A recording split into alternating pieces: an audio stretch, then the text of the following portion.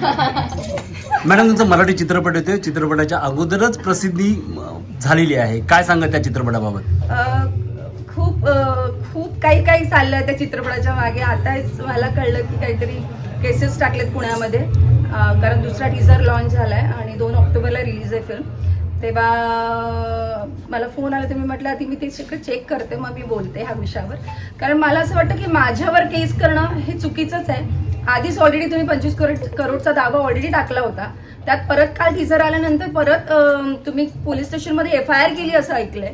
So मला असं वाटतं की हे करणं सांगतंय की आपण कुठेतरी चुकलोय, ते केलं नाही पाहिजे होतं. आणि मी खूप रिस्पेक्टफुली बोलते, खूप रिस्पेक्टनी उत्तर देते की एक कलाकार म्हणून सांगते, कलाकाराला कला सादरी करताना तो अभ्यास करावा लागतो. तो अभ्यास करूनच ती सादर करते. तुम्ही न बघता तुम्ही हे जे पाऊल उचललंय ते चुकीचं उचललंय. ह्याचा जो लाभ आहे तुम्हाला चित्रपट आल्यानंतरच कळणार आहे, त्याच्याशिवाय कळणार नाही. तुम्हाला काही करू दे, त्यासाठी मी सज्ज आहे. मी आताच म्हटलं मीनाक्षी ताईला की असं झालंय, मला घेऊन तर नाही ना जाणार.